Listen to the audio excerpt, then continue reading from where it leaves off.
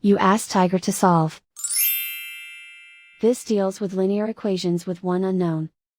The final result is x equals 22. Let's solve it step by step. Simplify the expression. Find the greatest common factor of the numerator and denominator. Factor out and cancel the greatest common factor. Group all constants on the right side of the equation. Add 13/2 to both sides. Combine the fractions. Combine the numerators. Reduce the zero numerator. Simplify the arithmetic. Combine the fractions.